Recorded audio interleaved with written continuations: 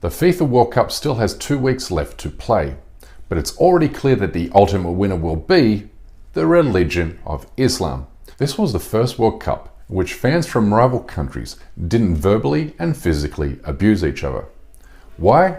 Because Islam is the only religion in the world to not be hijacked by race or ethnicity.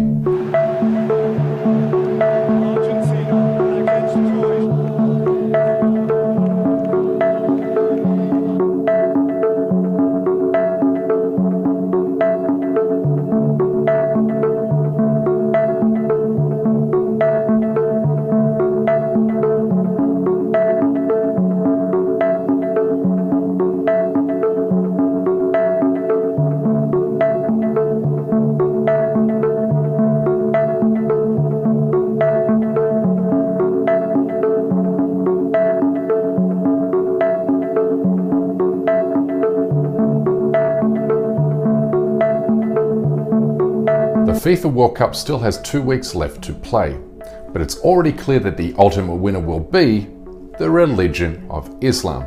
Because for the past 4 weeks, the Islamic faith has been showcased to a global audience like never before.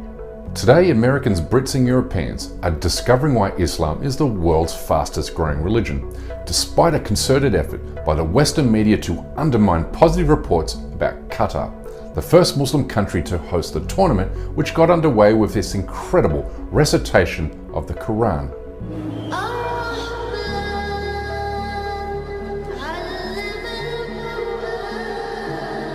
Cafes and restaurants throughout Doha were painted with murals that quoted the Prophet Muhammad urging good morality, with foreign visitors warmly invited into the country's mosque, where many heard the call to prayer and learnt about Islam and its teachings for the first time in their lives.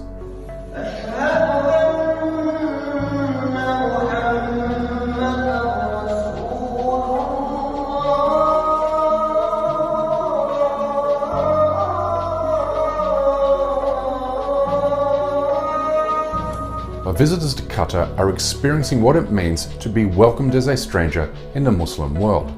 And as someone who's lived in a Muslim country for more than a decade and spent time visiting with Palestinians in their homes in Gaza and the West Bank, I can assure you the welcome you receive as a non-Muslim person is second to none, which is why I'm so happy that Qatar has given the rest of the world an opportunity to experience what I have.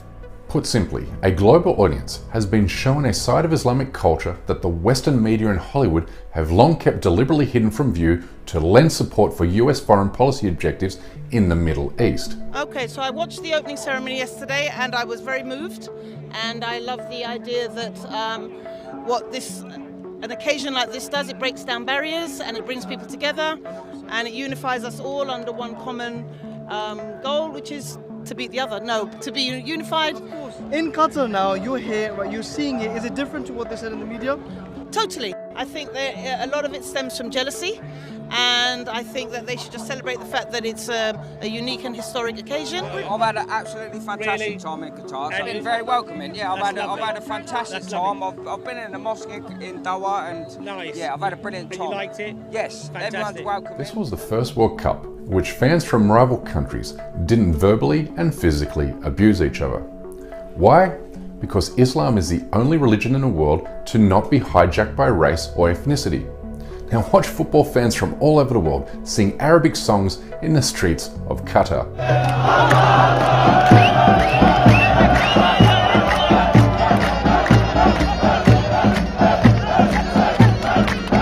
Now let's remember that Qatar copped a lot of flack for sticking to its Islamic principles in banning sales of alcohol at the tournament stadiums. For the first time, families and female attendees felt safe to be at the football. The atmosphere in Qatar was widely described as unprecedentedly friendly and inclusive.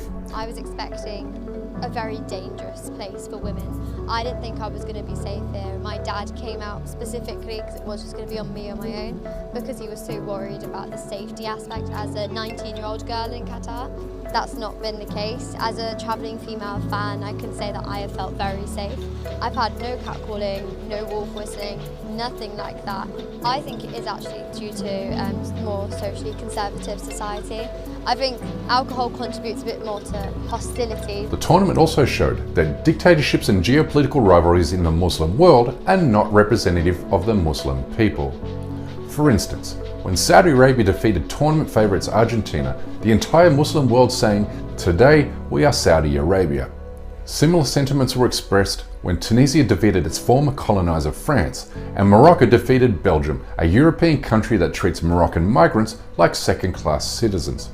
But rather than gloat in victory, the players from these countries showed the world how Islam guides them towards humility and grace, which is an aspect of the religious faith Western audiences have long been denied a view.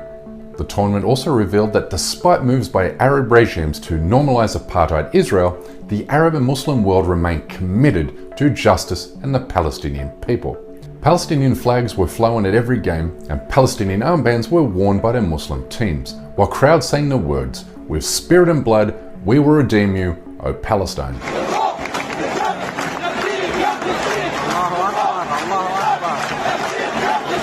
This is what Islam does. It not only promotes justice and human rights, but also instructs people on how they may live together in peace and harmony, regardless of race, class, or beliefs. And by showcasing the religion in its proper light, Qatar has helped dispel Islamophobic myths and awaken the world to injustices taking place against Muslims in Palestine, Kashmir, India, and beyond. But let me end with this. I'm a non-religious person, but I've never felt closer to Islam than I have during the past few weeks. And while I have no idea what the future holds for me, I do know that this is a religion that fosters community like none other. And we all got to see this for ourselves during the FIFA World Cup.